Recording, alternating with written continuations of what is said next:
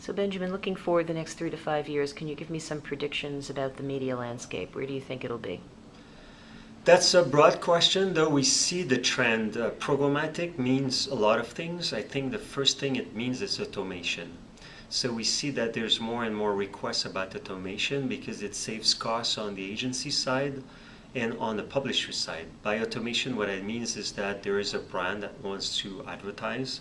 They will hire an agency and they will ask that agency to figure out the best way to spend their advertising dollar to have brand exposure.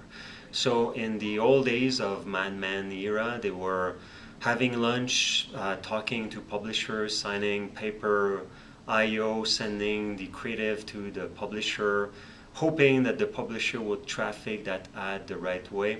So we see that a lot of things with automation is to simplify that process and save costs, because you don't need to hire a bunch of folks on the publisher side and a bunch of folks on the agency side to just make sure the buys is done properly. So the first benefit of all the ad tech world is to simplify this part. And then there's the auction part, which will probably still be there for a lot of, I mean, when I say still, I should say will be there for optimizing some of the buys, but a lot of buys, they don't necessarily need to be run through an auction. So when you see all of the private buys or deals struck between buyers and sellers, it's all about making sure they buy the right thing at the right price. So sometimes they can fix the price but still want the transaction to be automated because of cost saving consideration.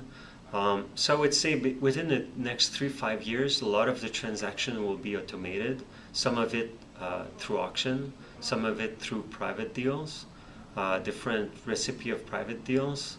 So that would be probably across the globe. I think that in the US we have stronger cookie pools than in the rest of the world. So I don't know if the rest of the world will go faster in building those user profile. They have strict privacy rules and maybe more conscientious or people sensitive to privacy concerns, especially in Europe. So I think we'll find other mechanism to track and target the right people. So there'll be a lot of research and dev still done on that side. Also, a lot of people, I think everything will be mainly mobile.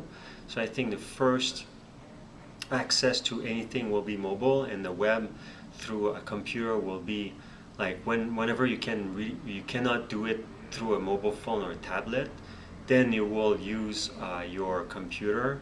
So everything need to be thought about mobile first, and then any other mechanism could be the TV, could be the computer, could be other ways to access content and information. So that's where we're heading. So the ad tech space need to make sure that everything is mobile first and that we can still track and target user, but by abiding by strict privacy rules, because those rules will be really strict, and people will actually probably clear their cache every day or use the do not track on the browser. So I think people will think about that. So advertisers needs to adapt, because I think that the advertising is important, because a lot of the content is accessible because it's being paid by advertising, and I think that the users gets that. So we just need to find the right balance without having the advertising being invasive. But